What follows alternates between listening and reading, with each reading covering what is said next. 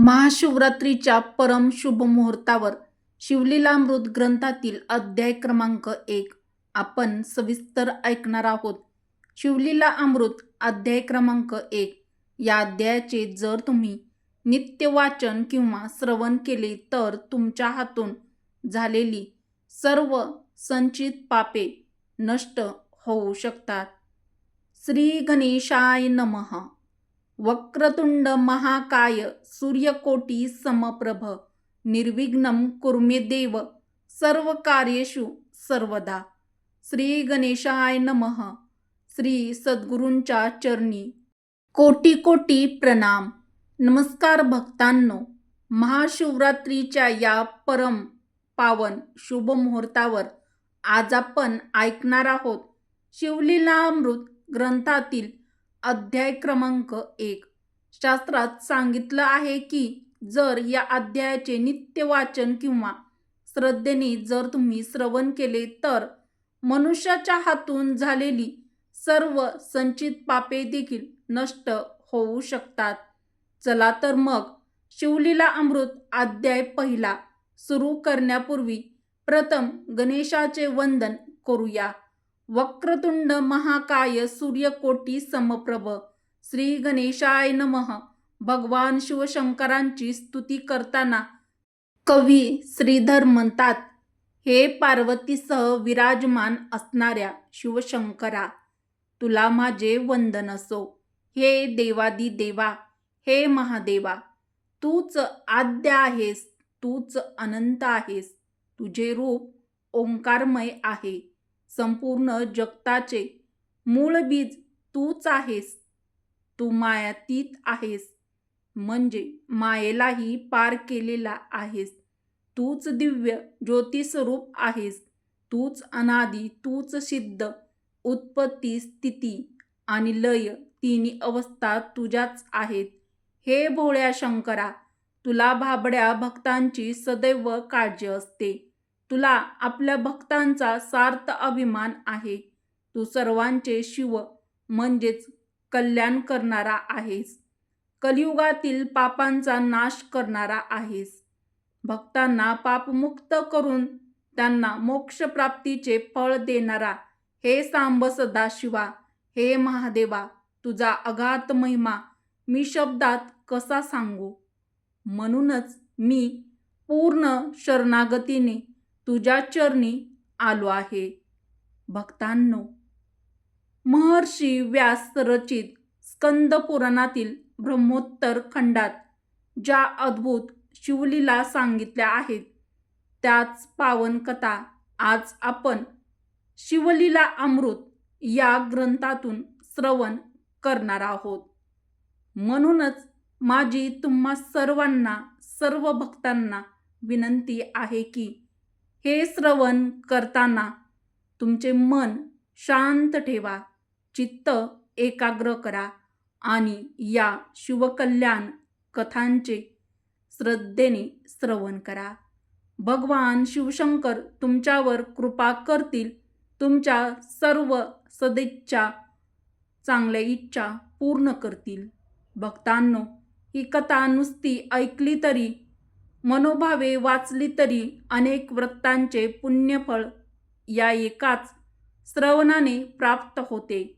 ओम नमः शिवाय हा षडाक्षरी मंत्र परम कल्याणकारी आहे. तो दुःख, दारिद्र्य, भय, नकारात्मकता, काम, क्रोध, लोभ यांचा नाश करतो आणि जीवन कल्याणकारी बनवतो. आणि म्हणून हा व्हिडिओ शेवटपर्यंत नक्की बघा. महाशिवरात्रीच्या या पावन काळात शिवलीला अमृत अध्याय पहिला पूर्ण श्रद्धेने ऐका, श्रवण करा आणि मित्रांनो, व्हिडिओ पुढे सुरू करण्यापूर्वी कमेंट बॉक्समध्ये ओम नमः शिवाय किंवा मग हर हर महादेव अवश्य लिहा. व्हिडिओला एक लाईक करून चॅनलला सबस्क्राईब देखील मित्रांनो जरूर करा. शिवशंकरांच्या, शिवशंभूच्या, माता पार्वतीच्या कृपेने तुमच्या सर्व चांगल्या इच्छा लवकरच पूर्ण होतील. भक्तांनो, प्राचीन काळाची ही कथा आहे. मथुरा नगरी होती. त्या मथुरा नगरीमध्ये दाशार्य नावाचा एक यादव कुळीतील राजा मथुरा नगरीमध्ये राज्य करत होता. राजा हा महान, पराक्रमी, पुण्यवान राजा होता. दाशार्य राजाला एक अतिशय सुंदर पत्नी होती. तिचे नाव कलावती असे होते. कलावती एक परम शिवभक्त होती आणि एक पतिव्रता स्त्री होती.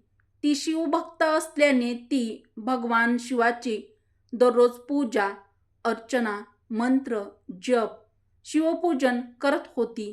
ती एक अत्यंत सुलक्षणी, सौभाग्यवती आणि धार्मिक स्त्री होती. राजाचे पण आपल्या त्या सुंदर आणि आकर्षक सौंदर्य असलेल्या राणीवर जीवापाड प्रेम होते. राणीचा रंग दुधाप्रमाणे शुभ्र होता. तिची चाल एखाद्या हंसाप्रमाणे होती. तिचा चेहरा चंद्राप्रमाणे सुंदर होता, शीतल होता. तिची त्वचा चंदनाप्रमाणे होती. तिचा आवाज देखील गोड, मधुर, कोकिळेसारखा होता. जणू ती सौंदर्याची सम्राज्ञी होती.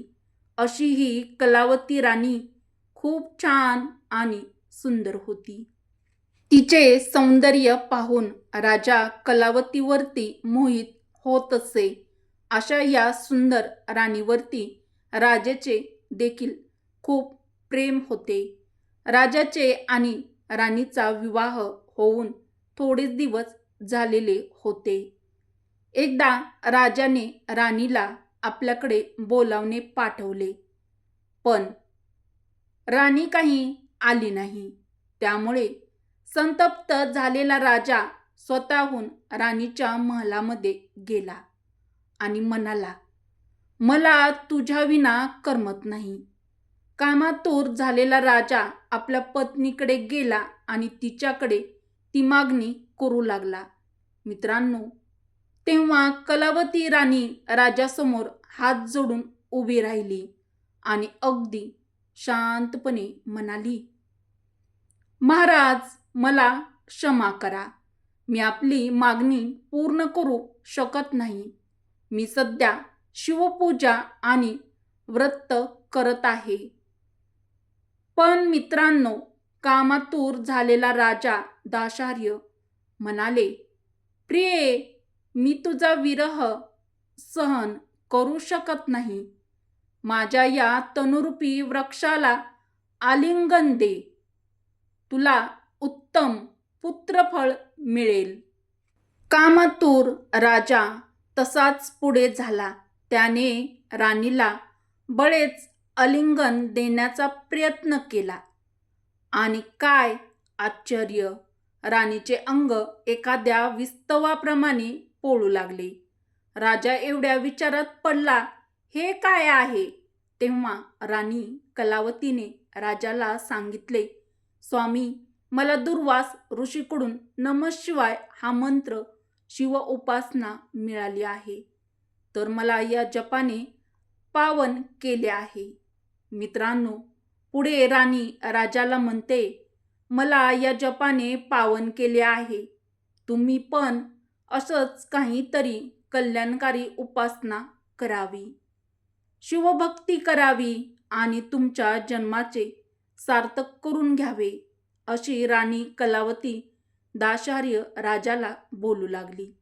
यावरती राजा लगेच राणीला म्हणाला, तूच मला उपदेश दे, असे काही तरी सांग. राणी कलावती आपल्या पतीला मंत्र उपदेश करू शकत नाही असेही तिने सांगितले. मग दाशार्य राजा यादव कुळाचे कुलगुरू गुरु गर्गमुनी यांच्याकडे जाण्याचा निर्धार केला. राजा आपले गुरु गर्गमुनीकडे गेला. राजाने आपल्या कुलगुरूंना गेल्यानंतर साष्टांग नमस्कार केला. त्यांचे दर्शन घेतले. राजाने सर्व झालेला प्रकार, त्यांना सर्व झालेली हकीकत आपले कुलगुरू गर्गमुनींना सांगितली आणि म्हणाला, गुरुवर्य, मला काहीतरी उपाय सांगा. माझा उद्धार करा आणि उद्धाराचा मार्ग विचारला. मित्रांनो, गर्गमुनींनी पश्चाताप झालेल्या दाशार्य राजाला शिवोपासना करण्याचा मंत्र उपदेश केला. त्यांच्याकडून शिवोपासना, व्रत, शिवपूजन करून घेतले. शिवपूजा करून घेतात. त्यामुळे मंत्र उपासना करीत असताना त्या सिद्ध शिवमंत्र प्रभावाने राजाच्या शरीरातील असंख्य पापे ही कावळ्याच्या रूप घेऊन शरीरातून बाहेर पडली. भक्तांनो, हा प्रकार पाहून दाशर्य राजाला आश्चर्य वाटलं. गुरुदेव, कावळे कसे निघाले? आणि राजा आपले कुलगुरू गर्गमुनींची स्तुती करू लागले.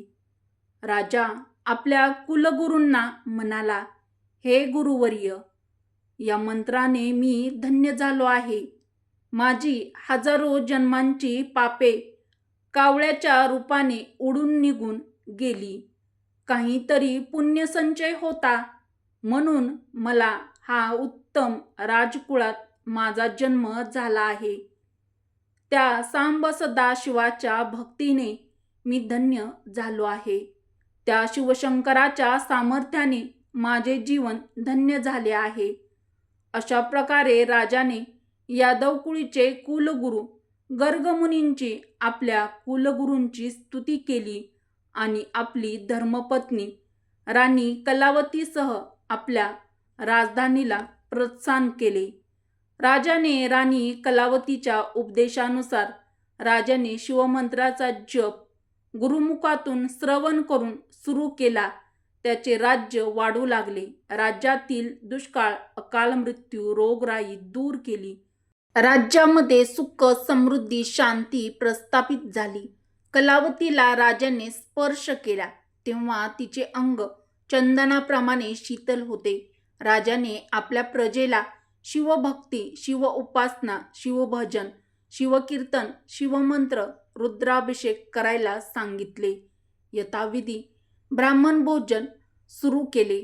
अशी ही दाशर्य राजा व राणी कलावती यांची कथा, शिवनामांचे महत्त्व, शिवपूजेचे महात्म्य सांगणारी ही पावन आणि पवित्र कथा शिवलीला अमृत ग्रंथातील पहिला अध्याय या ठिकाणी समाप्त करत आहे.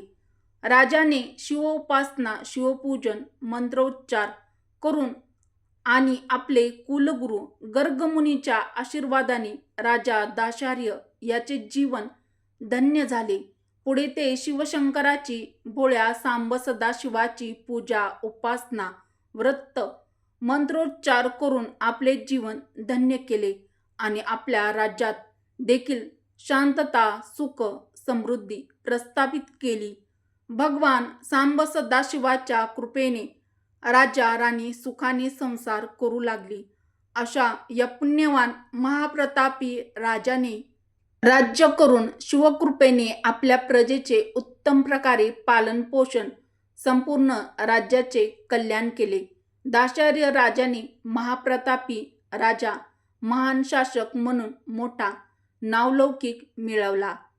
राजा दाशर्य आणि त्याची सौंदर्याची सम्राज्ञी असलेली शिवभक्त राणी कलावती यांचे जीवन शिवकृपेने धन्य झाले. मित्रांनो, राजा राणी प्रमाणेच आपले देखील कल्याण व्हावे, आपल्या देखील जीवनातील सर्व अडथळे, अडचणी दूर व्हाव्या, यासाठी आपल्याला देखील शिवकृपा प्राप्त व्हावी. भगवान शिवशंकराच्या आणि माता पार्वतीच्या आशीर्वादाने आपल्या जीवनाचे देखील कल्याण व्हावे, यासाठी तुम्ही पण महाशिवरात्रीच्या या पर्व पावन काळामध्ये या शिवलीला अमृत मधील हा पहिल्या अध्यायाचं श्रवण, आपल्या व्हिडिओमध्ये सांगितलेली ही माहिती श्रवण नक्की करा.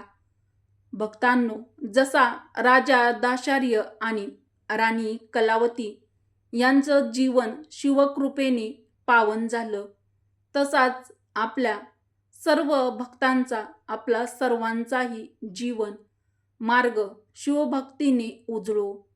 महाशिवरात्रीच्या या पावन पवित्र पर्व काळात जर तुम्ही श्रद्धेने ओम नमः शिवाय या मंत्राचा जप केला, शिवनामाचे स्मरण केले तर नक्कीच तुमच्या जीवनातील सर्व अडथळे, अडचणी, पापबंधने आणि नकारात्मकता दूर होईल. ही कथा केवळ ऐकण्यासाठी नाही तर जीवनात उतरवण्यासाठी आहे. शिवभक्ती, शिव उपासना आणि शिवनामस्मरण हेच खरे जीवनाचे कल्याण करणारे साधन आहे. आणि म्हणूनच भक्तांनो आणि सर्व शिव भक्तांनो, या महाशिवरात्रीच्या वेळेस तुम्ही ही अत्यंत शिवलीला अमृतमधील पवित्र अध्याय नक्की श्रवण करा. मन, वाणी आणि कर्माने भगवान सांब सदाशिवाच्या चरणी पूर्ण शरण जाऊन भगवान शिवशंकर तुमच्यावर कृपा करो, तुमच्या सर्व सदिच्छा पूर्ण करो आणि तुमचं जीवन सुख, शांती आणि समाधानाने भरून जावो. मित्रांनो, उपयुक्त व्हिडिओ आवडला असेल तर कमेंट करून नक्की कळवा. व्हिडिओ आवडला असेल तर व्हिडिओला एक लाईक अवश्य करा व चॅनलला सबस्क्राईब जरूर करा व असेच नवनवीन व्हिडिओ पाहण्यासाठी बेल आयकॉनला प्रेस करा. म्हणजे जेव्हा कधी मी नवीन व्हिडिओ अपलोड करेल तेव्हा त्याचं सर्वात आधी नोटिफिकेशन सर्वात आधी तुम्हाला भेटेल आणि तुम्ही कोणताही व्हिडिओ पाहायला विसरणार देखील नाहीत. आणि तुम्हाला कोणता व्हिडिओ आपल्या चॅनलवरती ऐकायला आवडेल ते देखील मला कमेंट करून नक्की कळवा. व्हिडिओ शेवटपर्यंत पाहिल्याबद्दल तुम्हा सर्वांचे मनापासून धन्यवाद. सर्वांना महाशिवरात्रीच्या हार्दिक शुभेच्छा. श्री गणेशाय नमः. ओम नमः शिवाय. हर हर महादेव. हर हर शंभो. श्री स्वामी समर्थ. जय श्री कृष्ण. जय माता लक्ष्मी. धन्यवाद.